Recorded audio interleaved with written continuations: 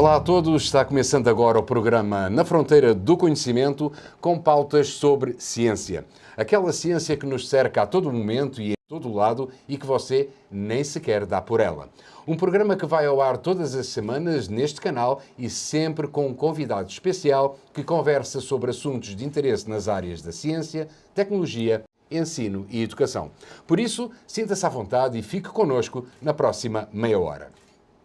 As células cancerígenas que são disseminadas pelo tumor no organismo de um paciente durante o estágio inicial de um câncer poderão ser localizadas por meio de um novo equipamento que é capaz de detectá-las através de um corante que emite fluorescência. O aparelho em questão foi desenvolvido por pesquisadores do Grupo de Geótica do Instituto de Física de São Carlos, da Universidade de São Paulo, para auxiliar cirurgiões na localização dessas células, otimizando assim o tratamento dos pacientes. Para nos falar deste novo aparelho, temos connosco aqui no estúdio um dos pesquisadores responsáveis por esse estudo, o Dr. Ângelo Govoni, do Grupo de Geótica do Instituto de Física de São Carlos, da Universidade de São Paulo. Olá, Ângelo. Olá.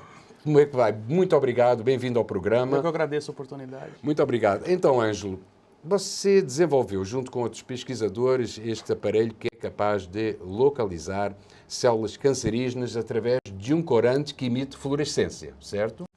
Basicamente isso. Esse aparelho vai auxiliar e muito os cirurgiões a localizar essas células, otimizando assim o tratamento dos próprios pacientes. Ângelo, em primeiro lugar, eu gostaria de saber como e quando é que surgiu esta pesquisa e quais foram os outros pesquisadores que ficaram agregados com você neste trabalho que eu calculo que é excelente, não é? Sim, a gente gostou muito do resultado, Rui. Então, a princípio veio uma demanda do Hospital de Câncer de Barretos, que é um parceiro nosso nessa pesquisa, que os médicos de lá tinham esse interesse em desenvolver um equipamento com algumas diferenças em relação ao equipamento comercial. Então, essa demanda veio por parte deles e eu estava iniciando meu projeto de mestrado aqui. Então, a professora Cristina Kurash, que é foi minha orientadora de mestrado, que coordenou esse estudo, né, me propôs essa ideia, então eu resolvi aceitar, né. Então, foi a demanda do Hospital de Câncer aqui no grupo e nós trabalhamos então com a professora Cristina Kurash, que foi minha orientadora, e alguns alunos, como o Pablo Aurélio Gomes Garcia, que é um intercambista que veio fazer iniciação científica, o Ramon Gabriel Teixeira Rosa, que é um aluno do doutorado também que auxiliou bastante, são dois alunos que agregaram muito ao projeto. Além, é claro, das oficinas, né, a LIEPO, a oficina mecânica, que também ajudaram bastante com toda a estrutura. No desenvolvimento da parte estrutural Exatamente, do aparelho, que a gente projetava e encaminhava até eles para a execução das peças, né. E no Hospital de Câncer de Barretos a gente contou com a parceria do Dr. Renato Capuzzo, Dr. André Carvalho e Dr. Carlos Carvalho, que são três médicos que nos auxiliaram bastante lá, porque foi onde a gente conseguiu realizar os testes clínicos e tinha o feedback deles em tempo real. A gente então podia fazer melhorias toda vez que ia até o centro cirúrgico. Tinha algumas ideias novas, a gente então agregava ao equipamento.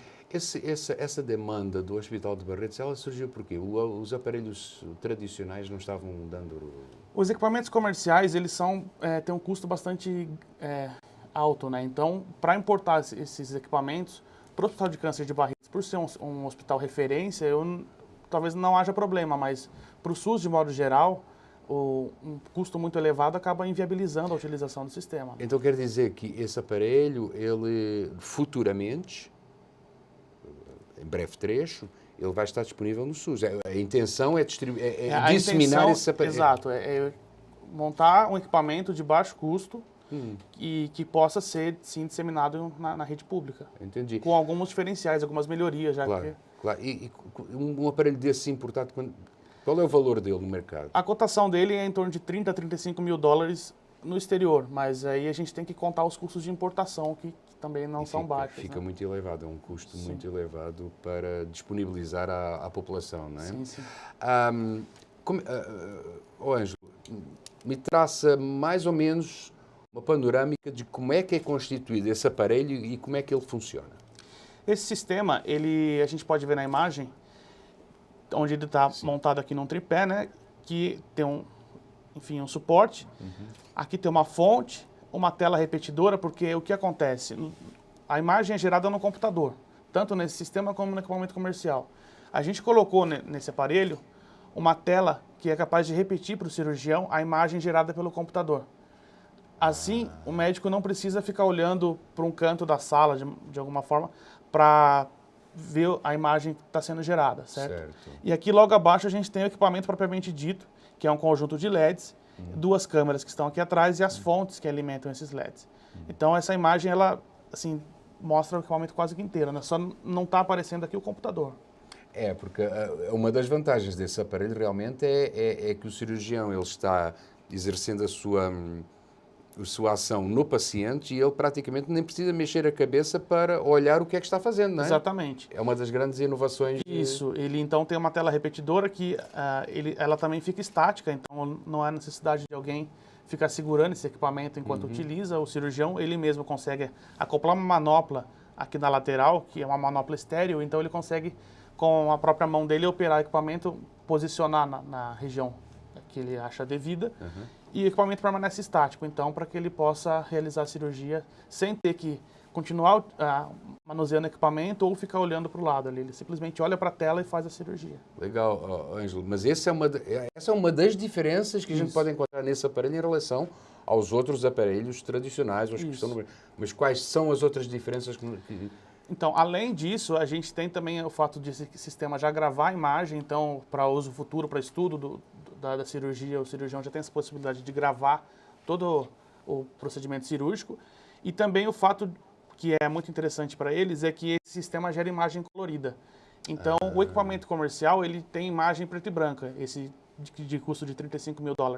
E o nosso sistema, ele já gera imagem colorida, com um custo bem menor. E qual é a vantagem de ter a imagem colorida? Muitas vezes o cirurgião prefere a imagem preto e branca porque tem um maior contraste para facilitar a visualização da fluorescência.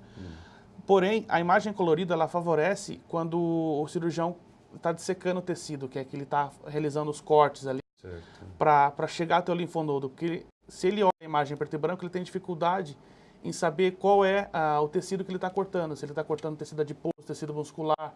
Agora, a imagem colorida já permite que ele, então, só olhando para o monitor, consiga fazer a dissecção, que é a cirurgia, sem ter que olhar para o paciente para ver que tipo de tecido ele está cortando. Quer dizer que as cores que aparecem, elas definem quais são os tecidos que devem ser cortados ou os que não devem ser cortados. Na verdade, é uma imagem colorida normal. Então, por ali, o cirurgião já consegue ver qual o tecido que ele está cortando, né?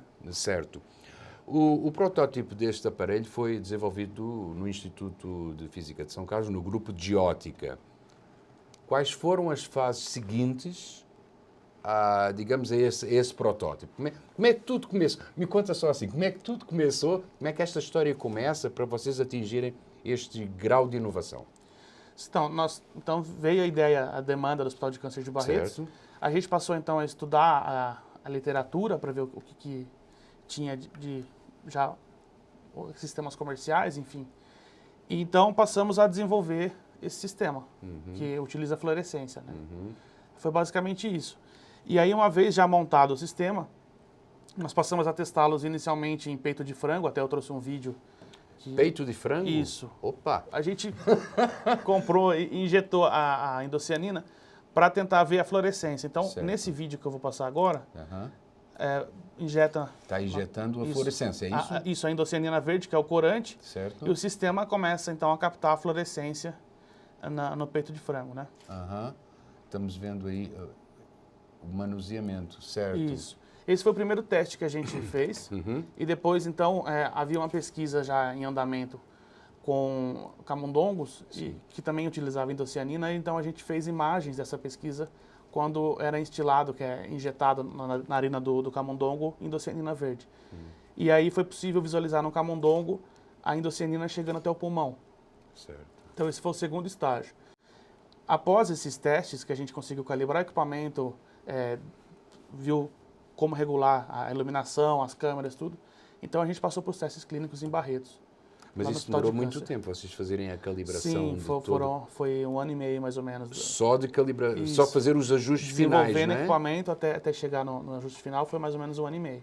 Então, e do frango vocês passaram para onde? Pro camundongo. Para o camundongo. Do camundongo passaram para... O teste clínico, lá no Hospital de Câncer de Barretos, porque lá ele já tem um sistema comercial, então na mesma cirurgia a gente utilizava o sistema comercial e o nosso sistema junto, para poder comparar a efetividade dos dois. E você seguiu esses procedimentos lá em Barretos? Sim. Esses testes? E como é que foi? Qual foi... Então, nós tivemos uma sensibilidade idêntica ao sistema comercial. Todos os linfonodos que o sistema comercial localizou, nós também conseguimos localizar. Essa pesquisa, ela é uma paixão que vem... Explica uma coisa, explica só isso. Então, porque esta pesquisa, ela resulta do teu trabalho de mestrado, Isso, não é? exatamente. Quando você estava fazendo o mestrado. Exatamente. Como é que ela... Me explica um pouco isso. Aliás, para os nossos espectadores até terem nós podermos partilhar essa tua sensibilidade. Como é que isto aconteceu? Então, agora que tudo passou assim, o orgulho é muito grande, né? A gente sempre tem essa vontade de fazer, mas acaba ficando um pouco receoso. Será que vai dar certo? Não vai? E a hora que começa a funcionar, essa primeira imagem de peito de frango aqui, que a gente viu a fluorescência, foi uma alegria muito grande. Porque, de fato, o sistema funcionou. A gente conseguiu gerar imagens como a gente queria, imagens coloridas, imagens de fluorescência, com o sistema funcionando. Então, a alegria foi muito grande. Depois também com o camundongo foi uma alegria muito grande. E a hora que foi para os testes clínicos, consegui ver que o nosso sistema está similar ao sistema comercial de uma multinacional que tem um efetivo de engenheiros muito grande, enfim, muita gente projetando. Isso com certeza dá muito orgulho, assim, é muito bom. Tu está continuando agora o teu doutorado e é na mesma pesquisa? Agora a gente está definindo exatamente para onde vai seguir, mas talvez eu siga nesse caminho, sim. Qual foi a reação dos médicos ao compararem um equipamento e outro? Eles gostaram bastante, inclusive eles fizeram alguns relatórios falando sobre isso, que eles se interessaram pelo sistema e consideram um sistema muito promissor, que ele tem assim, alguns diferenciais muito interessantes em relação ao comercial. Eles gostaram bastante. E os pacientes?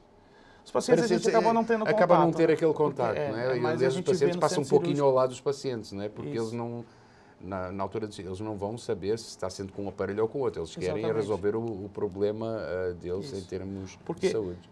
Na verdade, nesse caso, a gente tem contato com o paciente durante a cirurgia, só que é só para localizar esse linfonodo sentinela, que é o linfonodo que vai drenar as células cancerígenas. Então, esse sistema ele tem por objetivo justamente localizar qual o primeiro linfonodo onde as células seguem durante o processo de metástase, dando início ao processo de metástase.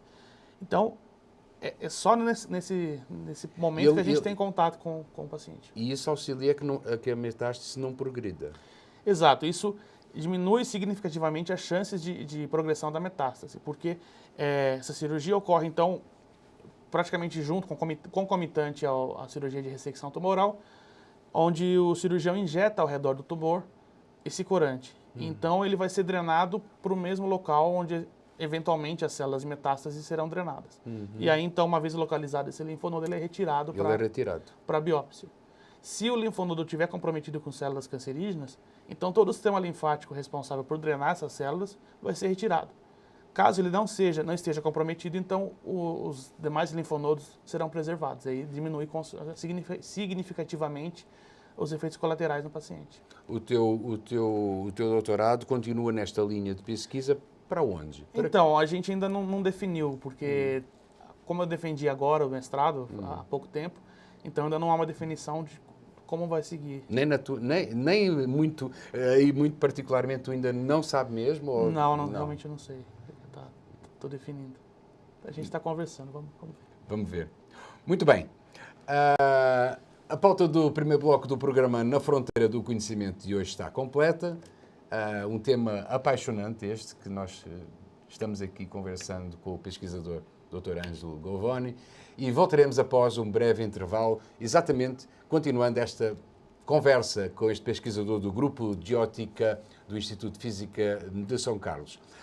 Continuaremos a falar mais para a frente sobre o desenvolvimento deste novo aparelho que é capaz de rastrear o percurso que as células cancerígenas percorrem em estágios iniciais de metástase. Não perca, já a seguir.